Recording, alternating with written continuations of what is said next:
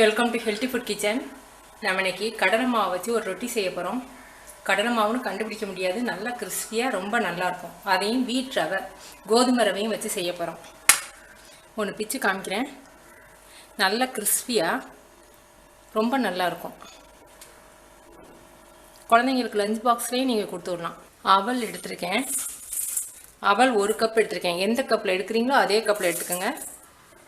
அவல் 1 கப்பு, கடலை மாவு 1 கப்பு. இது வந்து கோதுமை ரவையை மிக்சியில் நைஸாக அரைச்சி வச்சுக்கோங்க. அப்படி போட்டிங்கன்னா கொஞ்சம் வேகாது, அதனால் நைஸாக அரைச்சி வச்சுக்கணும். அரைச்சாலும் உங்களுக்கு ரவை மாதிரி தான் இருக்கும், அது குருணை மாதிரி இருக்கும், இது ரவை மாதிரியே வந்துடும். இப்போ இந்த அவலில் வந்து சுத்தமாக இருக்காது, நல்லா அலசிடுவோம். ஃபஸ்ட்டு அவல் நல்லா அலசிட்டோம். இப்போ தயிர் ஊற்றி ஊற வைக்க போகிறோம்.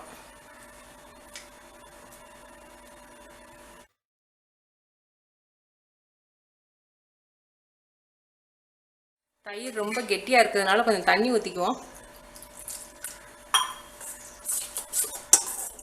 ஒரு 1/2 கப் தண்ணி ஊற்றிருக்கேன். இதில் நம்ம ரவையை சேர்த்துருவோம். ரவையும் சேர்ந்து ஊறணும். நீங்கள் எந்த கப்பில் எடுக்கிறீங்களோ அதே கப்பில் மெஷர்மெண்ட்டு. அவல் 1 கப்பு, ரவை 1 கப்பு, கடலை மாவு 1 கப்பு.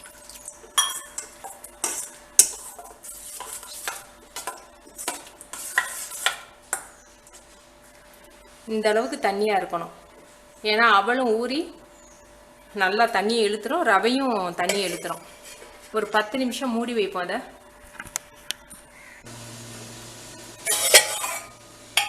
10 நிமிஷம் ஆயிடுச்சு. நல்லா கெட்டியாக வந்துருச்சு.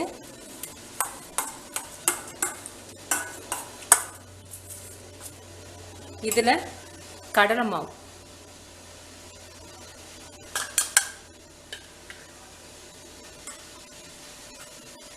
இந்த மாவு கலவைக்கும் காய்கறிக்கும் சேர்த்து உப்பு எடுத்திருக்கேன், தேவையான அளவுக்கு உப்பு.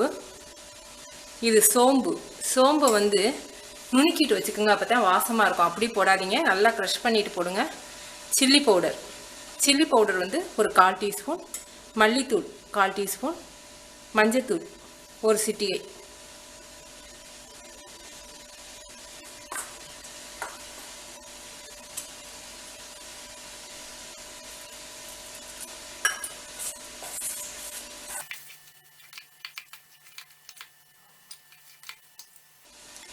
இஞ்சி பூண்டு. பூண்டு வந்து ஒரு 3 பூண்டு, இஞ்சி ஒரு சின்ன பீஸ். முட்டைக்கோஸ், கேரட், மல்லி.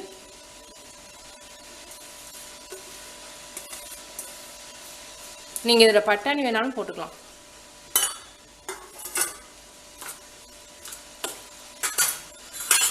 இப்போ இந்த கிண்ணத்தில் ஆயில் அப்ளை பண்ணியிருக்கேன்.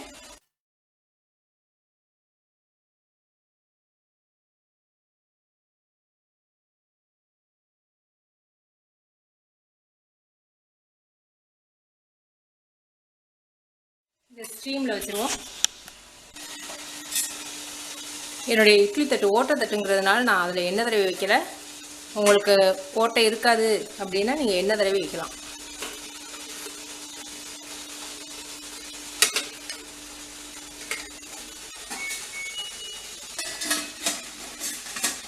ஒரு 15 நிமிஷம் வேகட்டும். இப்போ சட்னிக்கு மல்லித்தலை ஒரு கைப்பிடி,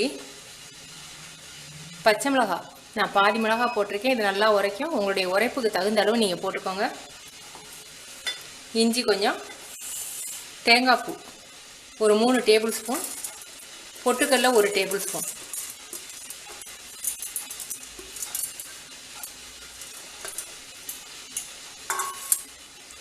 தேவையான அளவுக்கு உப்பு.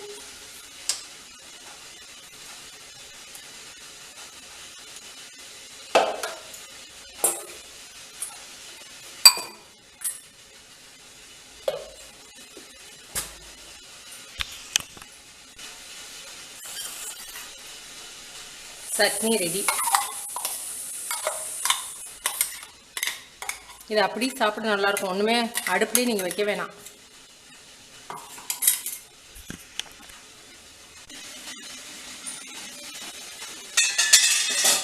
இந்த மாதிரி கத்தியை நனைச்சிக்கிட்டு குத்தி பார்த்தீங்கன்னா மாவு ஒட்டக்கூடாது. மாவு ஒட்டலை, வெந்துருச்சு. இப்போ எடுத்துடலாம். நம்ம கொஞ்சம் ஆரோட்டி உங்களுக்கு காமிக்கிறேன்.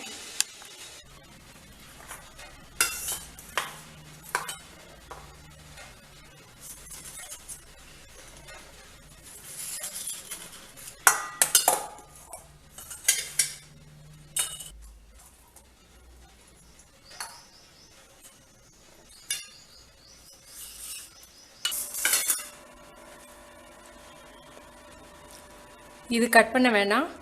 இது ஓரளவுக்கு திக்னஸ் இருக்குது. இது ரொம்ப திக்னஸாக இருக்கிறதுனால இது ரெண்டாக கட் பண்ணிக்குவோம். கத்தியை ஈரம் பண்ணிக்கினீங்கன்னா ஒட்டாது.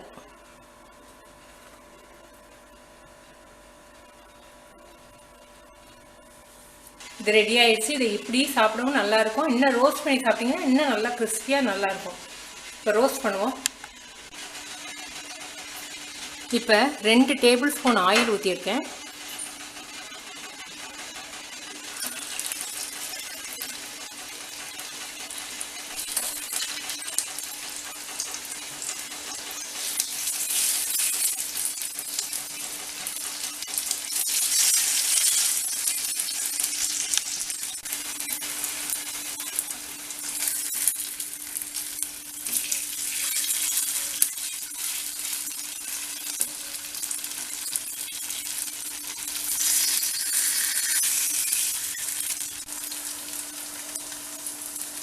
இப்போ ரோஸ்ட் பண்ணியாச்சு.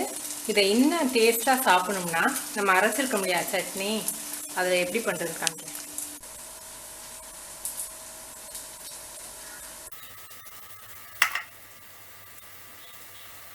சட்னி இன்னும் கூட கொஞ்சம் கெட்டியாக அரைச்சிக்குங்க, தண்ணியே ஊற்றாமல்.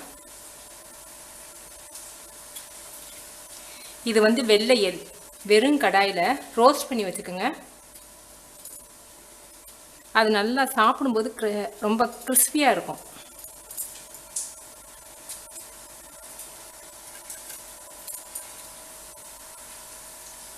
Evening snacks ready. நீங்கள் செஞ்சு பார்த்துட்டு உங்கள் கமெண்ட்ஸ் எனக்கு சொல்லுங்கள். தேங்க்யூ.